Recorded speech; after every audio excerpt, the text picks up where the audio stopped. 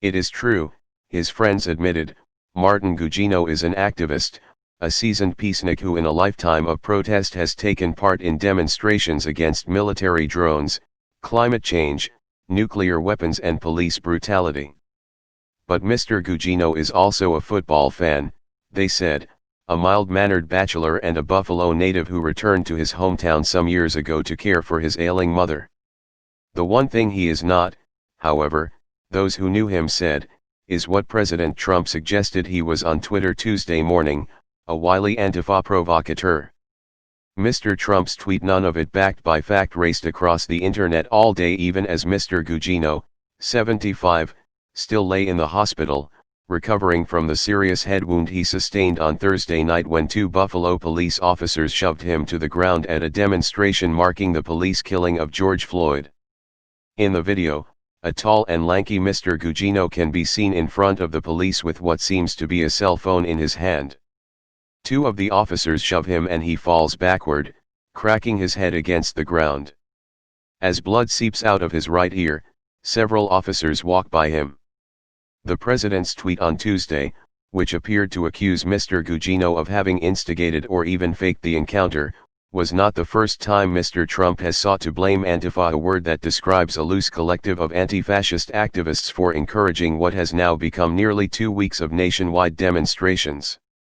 The president and his allies have often tried to place anti-fascists and other outside agitators at the center of the protests as a way to delegitimize them and to deflect from the fact that the vast majority of the demonstrations have been peaceful. But even by his own standards, Mr. Trump appeared to test the boundaries of credulity by trying to brand a retired septuagenarian computer programmer as a follower of Antifa, whose adherents are, for one thing, generally much younger. Some Antifa activists, practicing a tactic called Black Bloc, have been known to dress like ninjas and wear masks or balaclavas during protests while shattering windows and scuffling with the police. Near Buffalo, however, the idea that Mr. Gugino was one of them struck many as absurd. Antifa? Oh, heavens no, said Judy Metzger, 85, a longtime friend who lives near Mr. Gugino in Amherst, a suburb of the city. Martin is a very gentle, a very pleasant person. Born in Buffalo, Mr. Gugino spent most of his working life in Cleveland, where he specialized in creating computer databases, his friends and colleagues said. He went back to his hometown to care for his mother, and after she died, he lived alone in her home, finding fellowship at the Western New York Peace Center and at other parts of the city's close-knit left-wing activist community. John Washington, 35, first met Mr. Gugino at an Occupy Buffalo event in 2011 when both men took to the streets of Niagara Square, the same place where Mr. Gugino was shoved by the police last week. Mr. Washington was immediately struck by the older man's vitality and youthful demeanor, and by his command of issues that ranged from energy efficiency to the military prison at Guantanamo Bay. He has this kind of thirst for justice, Mr. Washington said. He gets very latched onto powerful ideas and tries to really experience them, not just learn them. Nate Buckley, a co-owner of the Burning Books bookstore on Connecticut Street in Buffalo, said that Mr. Gugino was a regular customer who often came to hear the speakers in the shop, everyone from figures in the Catholic worker movement to Princeton University professors lecturing on race. Martin is interested in everything. He's a very inquisitive person, Mr. Buckley said. He's also a very social person with an active mind who's always asking questions. Mr. Buckley said he was disturbed that Mr. Gugino, a 75-year-old elder, as he put it, had effectively been tarred as a thug by Mr. Trump and his supporters. He's one of the most gentle people I know, Mr. Buckley said. He's not aggressive at all. But people make up the most insane stories so they don't have to deal with reality. Mr. Trump's tweet seems to have been based on a report by One America News Network, a right-wing cable television channel, which claimed that Mr. Gugino had been trying to knock out the police officers' radios with his cell phone, an idea that several of Mr. Gugino's friends dismissed as ludicrous. One America News, based in San Diego, was founded in 2013 by Robert Herring, a California businessman who made a fortune in the technology industry. The network rallied behind Mr. Trump in the 2016 presidential election, and its coverage increasingly shifted to cheerleading on behalf of the president and his administration. Other conspiracy theories have surrounded Mr. Gugino in recent days on social media, among them that the blood seen leaking from his ear on the video was fake. Hours after the tweet was posted, Governor Andrew M. Cuomo lashed out at Mr. Trump, saying that he should apologize and show some humanity.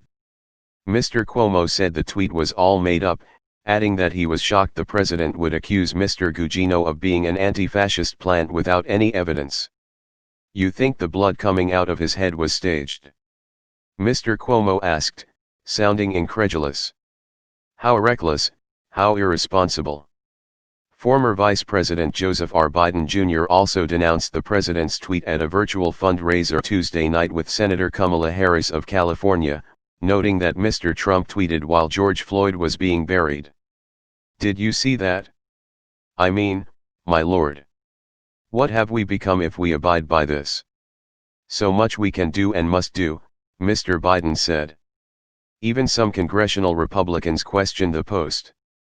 Senator Mitt Romney told reporters on Tuesday he thought the tweet was shocking. Senator John Thune, the number 2 Senate Republican, said, "It's a serious accusation, which should only be made with facts and evidence, and I haven't seen any yet." At the end of May, Mr. Trump announced again on Twitter that he intended to designate Antifa as a terrorist organization. There were, however, 2 problems with the declaration. The federal government can only designate foreign-based groups as terrorist entities, and anti-fascism is a political idea, like pacifism or communism, not an organization. With tens of thousands of people marching across the country, it is all but impossible to accurately determine how many Antifa activists have taken part in the protests. But it is definitely clear that they are not playing a leading role in the protests. Terrence Bisson, a mathematics professor who has known Mr. Gugino for a decade, mostly through the Western New York Peace Center, said his friend would remain in the hospital for weeks. Mr. Gugino was still in a delicate condition, disturbed by bright lights and unable to move his head without tremendous pain, he said. Sage Green, a former program manager at Push Buffalo, a local activist group, said the last time she saw Mr. Gugino was early in the spring when he was asked to critique the presentations of some students in an environmental studies class at the university at Buffalo. "He was there giving feedback almost in a grandfatherly way," Ms. Green recalled. "He was telling them they were all doing great work." In Ms. Green's mind, Mr. Gugino was never without a smile on his face or an offer of help on his lips.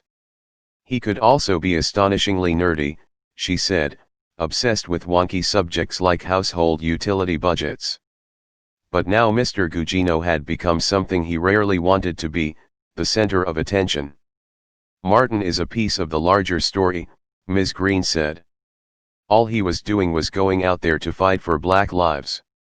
And that's something he should be able to do without being targeted as a provocateur." Michael Embrenbaum contributed reporting.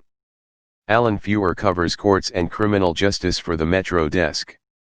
He has written about mobsters, jails, police misconduct, wrongful convictions, government corruption and El Chapo, the jailed chief of the Sinaloa drug cartel. He joined the Times in 1999.